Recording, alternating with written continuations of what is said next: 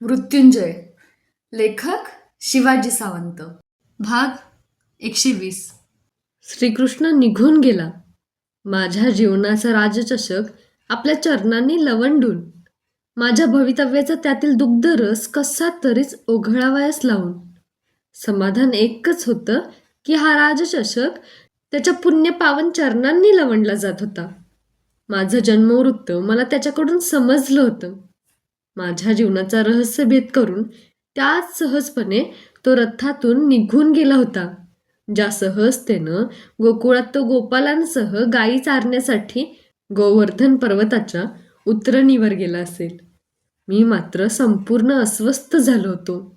एक राजकीय मुत्सदी म्हणून आलेल्या त्याच्या प्रलोभनांना बळी पडायचं नाही यासाठी मी त्याला नकार दिला होता.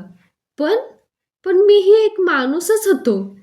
कुणाला आपल्या जीवनाची एवढी घोर विवंचना निस्पंद ठेवील? काय दोष होता माझा की मार्ग चुकलेल्या रानव्याघ्रानं मेंढरांच्या कळपात वाढावं तसं मी जीवनभर वाढावं. मी सूर्यपुत्र असूनही जीवनभर लक्ष लक्ष नगरजनांचे हृदय फोडणारे धिक्कार खाली मान घालून मला सहन करावे लागले होते. पेटत्या पलित्यासारखं मन घेऊन जीवनभर सुसाट धावत जगावं लागलं होतं. हिमालयात जन्म पावणाऱ्या गंगेचं मधुर जल सागराला मिळताच क्षारमय होऊन जातं. तसंच माझं जीवन नव्हतं काय? आता उगमस्थानाच्या धवल हिमालयाचा काय उपयोग होता? मी दिव्य कुलातील आहे, माझी परंपरा श्रेष्ठ आहे, माझे पूर्वज पराक्रमी होते, मान्यवर होते. या ठिसूळ चंदन काष्टाला उगाळून मला तर काय मिळणार होतं? हस्तिनापुरातील राजचौकात उभं राहून कंठशोष करून जरी आज मी ओरडलो असतो की मीही क्षत्रियच आहे, मी हीन नाही, तुच्छ नाही, शूद्र नाही, तरीही त्यावर कुणाचा विश्वास बसला असता काय? माझ्या जीवनाच्या या फरफटीला उत्तरदायी कोण? अंतरंगात दाटलेले हे विफल जीवनाचे असह्य कड कुणाला दाखवावे? कुणासाठी मी युद्धात उतरणार होतो? भवितव्याला भुलवीत खोट्या आदर्शानं उराशी कवटाळत कुठवर धावायचं? जुनं सर्व उधळलं होतं, नष्ट झालं होतं. जे काही नवं होतं ते सापडत नव्हतं. भलत्याच मार्गानं धावत जाताना माझ्या जीवनाची अश्वनदी आता संभ्रमाच्या निषाद पर्वताला थडकून मध्येच थांबली नव्हती काय? दाटणारी पाण्याची कोंडी क्षणाक्षणाला अधिकच दाटत नव्हती काय? केवळ मरेपर्यंत जगणं याशिवाय जीवनाला कसला अर्थ उरला होता? उभ्या ठाकलेल्या पर्वतप्राय समस्यांना तोंड द्यायला ज्यावेळी आत्मनिर्भरपणे सिंहाच्या धैर्यानं सावध चित्तानं मी उभं राहावं, नेमकं त्याच वेळी हे विचार वैविध्य मला पोखरू लागलं होतं. कुठला एकही भाव असा सापडत नव्हता की जिथं अंतरंगातील संघर्ष मिटावा. सगळीकडे केवळ विचारांची साचलेली डबकी, तीच ती पुरातन, तीच ती माझी मलाच किळसवाणी वाटणारी, स्वत्वाला हरण करणारी, सामर्थ्यहीन, शक्तिहीन, विक्रमशून्य, आत्मविस्मृत, आत्मघातकी ठरणारी, द्रौपदीच्या घोर अवहेलनेची, पांडवांच्या द्वेषाची, अर्जुनवधाच्या प्रतिज्ञेची. काय करावं? कुठं जावं? पश्चिम क्षितिजावर दृष्टी टाकून जगाला कोट्यवधी वर्ष उजळणारा माझा पिता तरी मला काही आत्मधैर्य देईल काय म्हणून मी डोंगराकडे पाहिलं. हस्तिनापुराला कवटाळणारी त्याची तप्त किरण मला स्पष्ट सांगत होती, कर्ण, धैर्य सोडू नको. धुळीत पडला तरी हिरा काही काळ्या अंधकाराची किरण परावर्तित नाही करत. तुझ्या शरीरात असलेलं माझं सुप्त तेज एक दिवस जगाला दिपवून टाकील. सर्वांचं नेतृत्व करीत मानानं तू मिरवशील. साक्षात श्रीकृष्ण तुझ्यासमोर नतमस्तक होईल. त्यासाठी एकच कर, आत्मसंभ्रम टाळ, द्विधा मनस्थिती फेकून दे.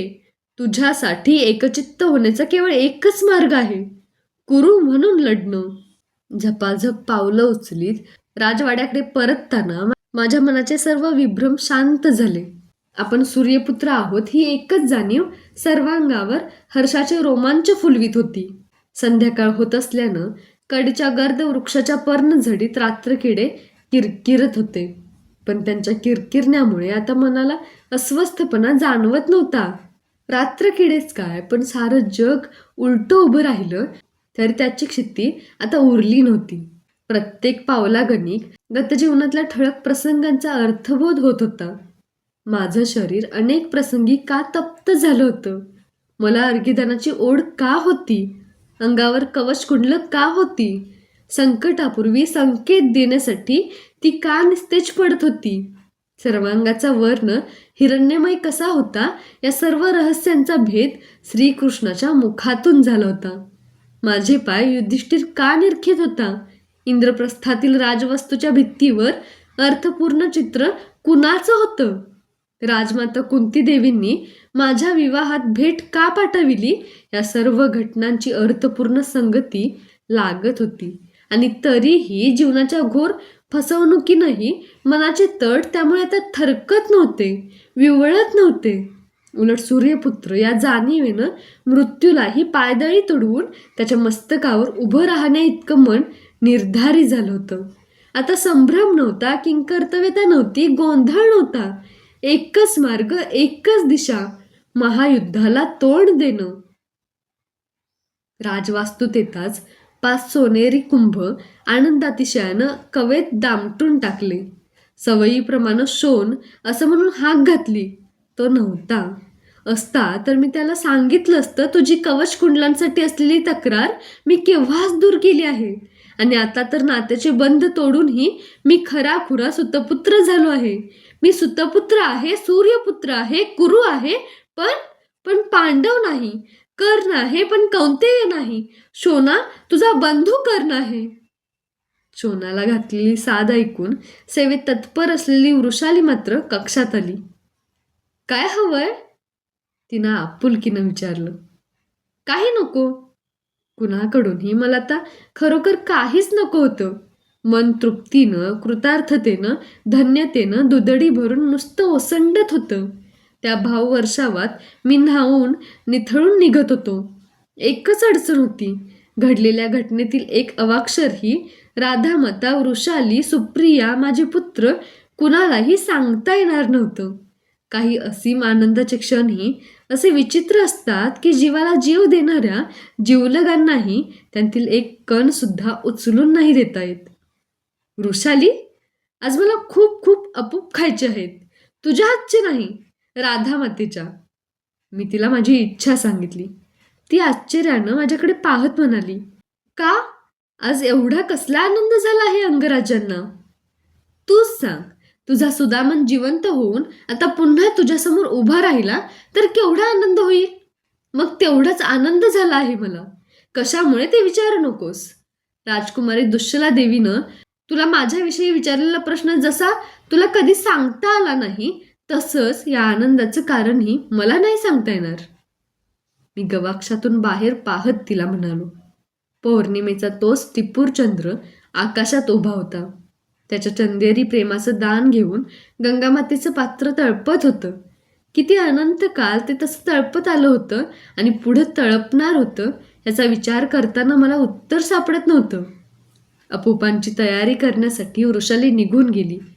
जाताना इंगुदीचं तेल घालून कक्षातील सर्व समया तिनं स्वतः पलित्यानं उजळल्या होत्या. माझ्या जीवनाच्या भावकक्षाही तिनं अशाच आयुष्यभर प्रेमाच्या पवित्र समया उजळल्या नव्हत्या काय? मी सूर्यपुत्र आहे असं तिला मी कवेत घेऊन सांगितलं असतं तर पतीच्या मानानं, आपल्या हीनतेच्या जाणीवेनं त्या हळव्या स्त्रीचं हृदय भंग पावलं नसतं काय? तिनं एका सारथ्यावर प्रेम केलं होतं, सूर्यपुत्रावर नव्हे. काही वेळ मौन हेच किती महान कार्य साधतं. अपूपांचं आकंठ भोजन करून सुप्रियेनं दिलेलं तांबूल मुखात घालताना मन, शरीर सर्व कसं हलकं झालं होतं. जीवनाची कोंडी फुटली होती. वृषालीजवळ होतं ते अनेक रम्य स्मृतींचं साक्षीदार असलेलं माझं उत्तर्य तिच्याकडून मागून घेऊन ते अंगाभोवती लपेटीत चांदण्यात भटकण्यासाठी राजवाड्याबाहेर पडलो. दूरवर युद्धशालेच्या दिशेनं लोखंडी थाळीवर लाकडी दंडानं आघात करून रात्रीच्या सेवक द्वारपालानं पहिल्या प्रहाराच्या घटकांचे दिलेले टोल स्पष्टपणे ऐकू येत होते. चांदण्यात निथळलेलं चंदेरी हस्तिनापूर शांत होतं.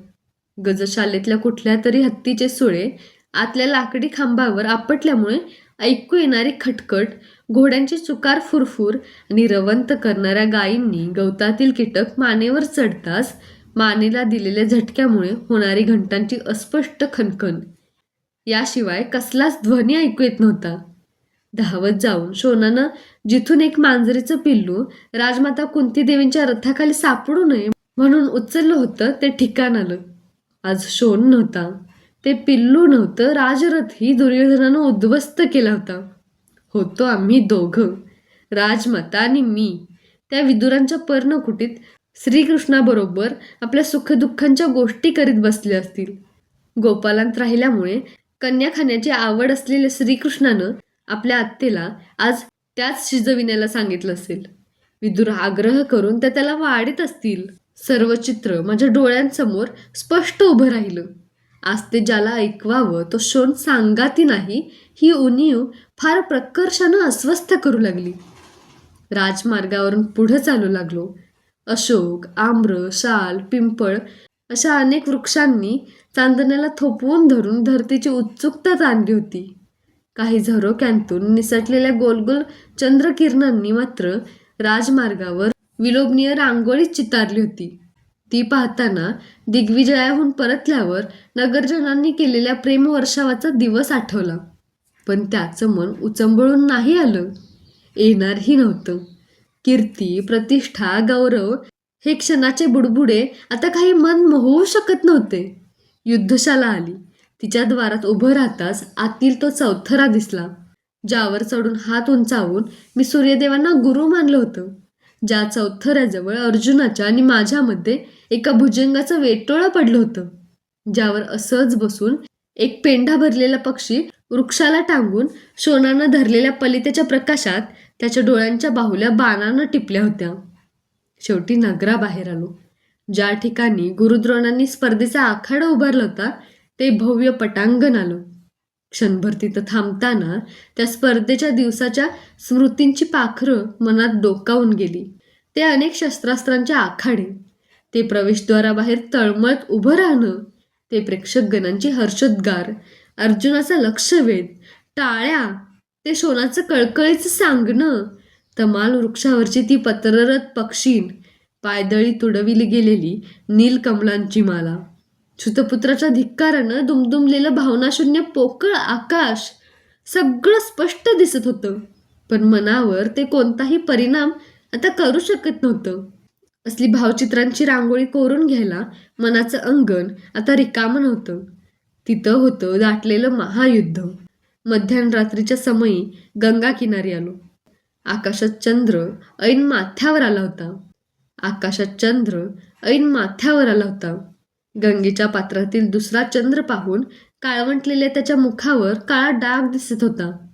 भुरके ढग मध्येच त्याला वेढीत होते. एका पसरट पाषाणावर बसलो.